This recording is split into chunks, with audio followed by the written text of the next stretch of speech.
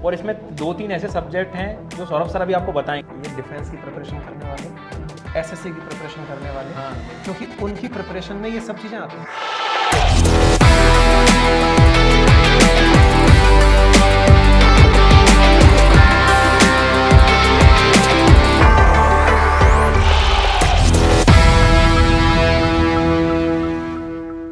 नमस्कार साथियों, स्वागत है आप सभी का अनअकैडमी पर।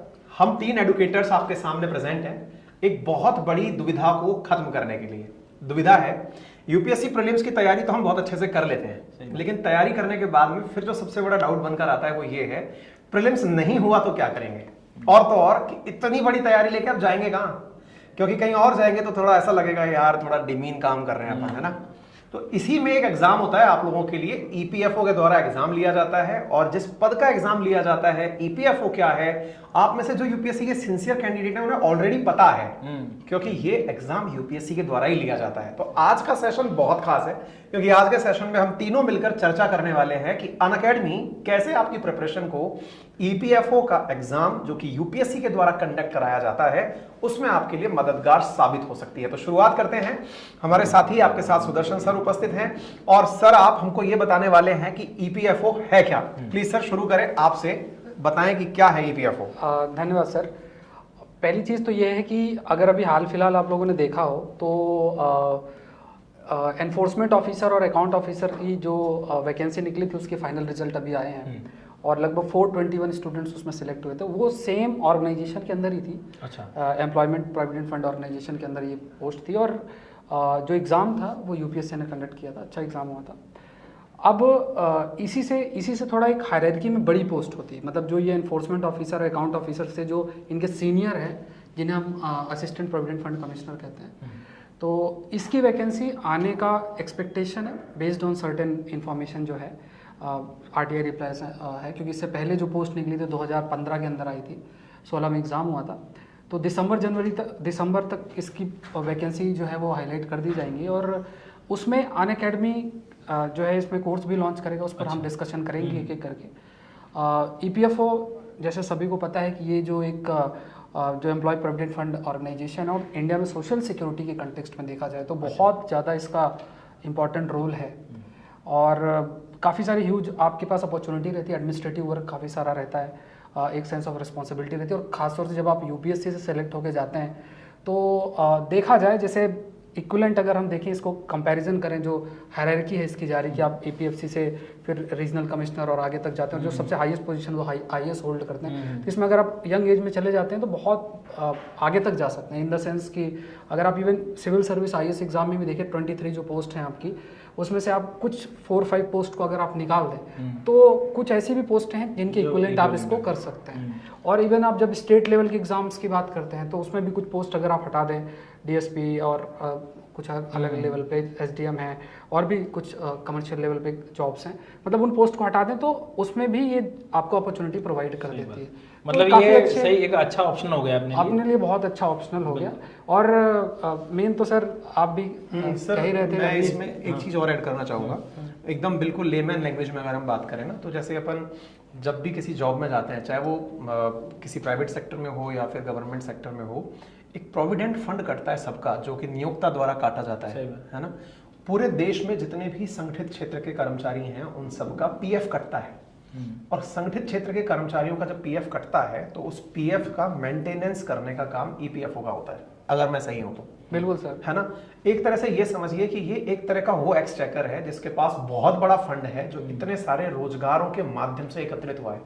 जिम्मेदारी बड़ी है, और जो बड़ी जिम्मेदारी है तो इसके ऊपर बैठने वाला एक व्यक्ति, यूं समझ लीजिए कि वो फिनांस का बहुत इंटेलिजेंट व्यक्ति है।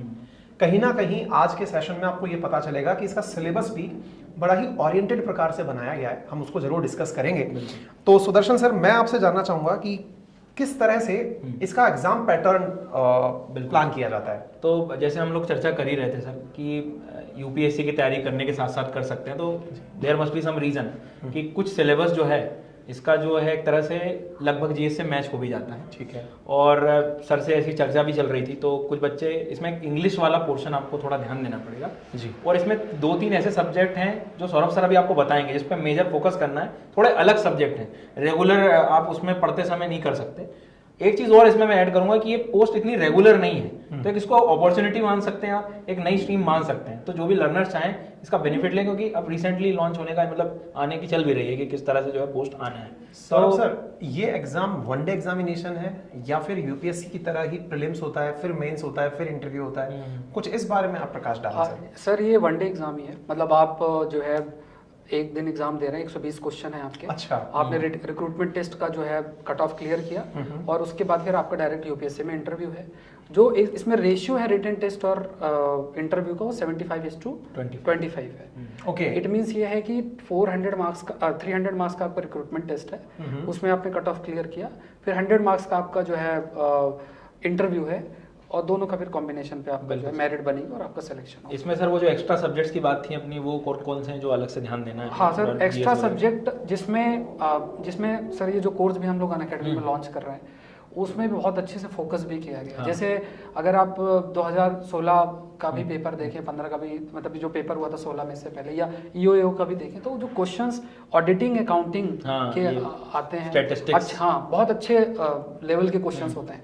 इंडस्ट्रियल इंडस्ट्रियल रिलेशन के बहुत कंटेंट इसमें बहुत बहुत अच्छा अच्छे पूछा आता जाता है। तो इसमें सर ये जो कोर्स भी अनअकैडमी लॉन्च कर रहा है, उसमें बेसिकली आप देखेंगे कि जो ऑडिटिंग अकाउंटिंग है, उसमें जो हमारे सीए के टॉप एजुकेटर हैं, उनके द्वारा ये कोर्स प्रिपेयर्ड है। हाँ, मतलब वो जो मेजर चंक जो अलग होने दिखता है जनरली यूपीएससी के जो छात्र हैं या जो इसमें सर हाईएस्ट लेवल का जो आपका मतलब एनसीईआरटी में जो 11-12 की एनसीईआरटी और कुछ किताबें हैं जो आपको देखनी पड़ती है, अच्छा प्रश्न आते हैं, उसको आपको अंडरस्टैंडिंग चाहिए।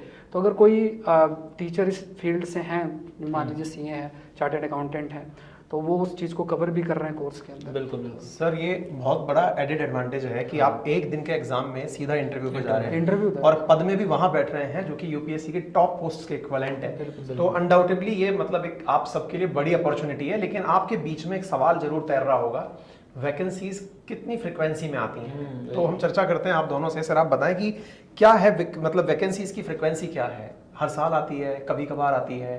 क्योंकि जिस साल हमने तैयारी की थी उस समय आई थी सर। मुझे याद है, वही मैं गया था, लेकिन ऑप्शन हो रहा जाएगा ये। लेकिन वही था, ना इंडस्ट्रियल रिलेशन कुछ पता था, ना ऑडिटिंग अकाउंटिंग पता थी, तो देख के ही आए थे कि हाँ ये होता है। एज पर माई नॉलेज ये आती तो है सर, लगभग हर साल 2 साल में एक बार आती है। सर इससे पहले जो आई थी 15 में आई थिंक नोटिफिकेशन आया था, और 16 में इसका एग्जाम। मैंने 16 वाला दिया था सर, इसलिए मुझे याद है सर। उसके बाद तो इसमें लगभग अभी कितने साल हो गए, 6 ईयर्स हो गए। उस बीच में नहीं आई सर? उस बीच में उससे एक नीचे वाली जो पोस्ट होती है एनफोर्समेंट ऑफिसर अकाउंट, उसकी आई थी। ओके, मतलब उसका भी रिजल्ट उसी का मैंने स्टार्टिंग बताया सर, अभी जस्ट उसका जो रिजल्ट आया 421 पोस्ट आई, बहुत पोस्ट थी। अच्छा 421 पोस्ट थी। और इसमें सर एक इनका बहुत कंफ्यूजन चल रहा था एज लिमिट का, क्योंकि ईओ का जो एज लिमिट वो 30 है। अब इसमें जो एपीएफसी है उसकी एज लिमिट क्या होनी चाहिए? पिछली बार तो 35 थी, अब 30 कर देंगे तो फिर एक अलग चीज़ है। बट अभी तो फिलहाल के लिए जो रूल है उनका, उसमें अकॉर्डिंग तो 35। अच्छा। तो सर इसमें अनअकैडमी जो भी लर्नर्स को मैं कहना चाहूँगा कि अनअकैडमी ने इसीलिए सब सिलेबस के साथ जो अलाइन टॉप एजुकेटर्स हैं उनके साथ ये कोर्स को डिजाइन भी किया है। और सौरभ सर भी जो जीएस वगैरह के भी सेक्शन उसमें कवर करने वाले हैं। और तो सभी लर्नर से ये कहूँगा, इसके साथ इसमें इन्होंने सर टेस्ट सीरीज की व्यवस्था रख दी है कि ये जो दिक्कत है कि अलग से कहाँ टेस्ट वगैरह में परेशान होते हैं लर्नर्स, तो वो सब एक ही प्लेटफॉर्म पे जनरली रिकॉर्डेड सेशंस भी सब कुछ अवेलेबिलिटी है। मतलब तो पूरा सिलेबस को देखते हुए कि मतलब कोई लर्नर चाहे तो मतलब तैयारी कर सकता है। बहुत सही सर, मैं सिलेबस एक बार रिसाइट करना चाहूंगा। हाँ। इसमें आ रहा है general English, general science, knowledge of computer, इसके साथ साथ इंडस्ट्रियल रिलेशन। तो सर अपन जब यूपीएससी की तैयारी कर रहे होते हैं, मैं सारे सीक्वेंस में बोलता चल रहा हूँ। तो जनरल इंग्लिश हम लोग ये मान के चलते हैं कि क्वालिफाइंग है, करके आ जाएंगे, या सी सेट में इतना मान के चलते हैं कि यार हो जाएगा, मैथ पार लगा देगी, नहीं तो चल कोई नहीं, थोड़ा बहुत मैथ्स भी मतलब इंग्लिश भी कर देंगे, है ना। तो जनरल इंग्लिश, लेकिन यहाँ पर क्वालिफाइंग नहीं है, यहाँ पे आपके सिलेबस का पार्ट है, नंबर 1। दूसरा सर जनरल साइंस और knowledge of computer application. General science में अपन लोग प्रिपरेशन प्रीलिम्स की जब करते हैं तो पढ़ते तो हैं, कंप्यूटर को थोड़ा लाइट एज पे रखते हैं, यहाँ थोड़ा वो देखना होगा। जो भी हम आपको ऐसी चीजें बोलने वाले हैं ना कि ये हमारे सिलेबस में पढ़ी नहीं है, तो वो आप चिंता छोड़ देनी है आपको, क्योंकि अनअकैडमी उसके लिए कोर्स लेके आ रहा है। बिल्कुल, है ना, सब कवर। हाँ। तीसरी चीज है इंडस्ट्रियल रिलेशन। इंटरनेशनल रिलेशन पढ़ा होता है, इंडस्ट्रियल रिलेशन नया हो गया, ये तो नया हो गया। इसको भी अपन लोग लेकर के आएंगे और आप लोगों को पूरी तरीके से जानकारी समेत कहाँ मिलेगा, क्या मिलेगा। टॉप एडुकेटर्स के द्वारा क्रिएटेड कोर्स है। Indian freedom struggle, modern history, Part है, ये इस preparation पढ़ाई का का। पार्ट है, लेकिन फिर भी अपन देंगे सर इस कंटेंट हाँ, को पूरी इसमें तरह से, सब है ना। इसके साथ साथ सोशल सिक्योरिटी इन इंडिया, तो sir social security in India के लिए भी जितना कंटेंट रिक्वायर्ड है, हालांकि मेंस के अंदर अपन पढ़ते हैं इस चीज़ को, पढ़ते हैं गवर्नमेंट हाँ, स्कीम्स। फिर भी इसको स्पेसिफाइड करके कौन कौन सी पॉलिसीज हैं, किस किस के लिए है, महिलाओं के लिए क्या है, बच्चों के लिए क्या टाइप से, वो चीज़ आपको लेस में आ जाएगी।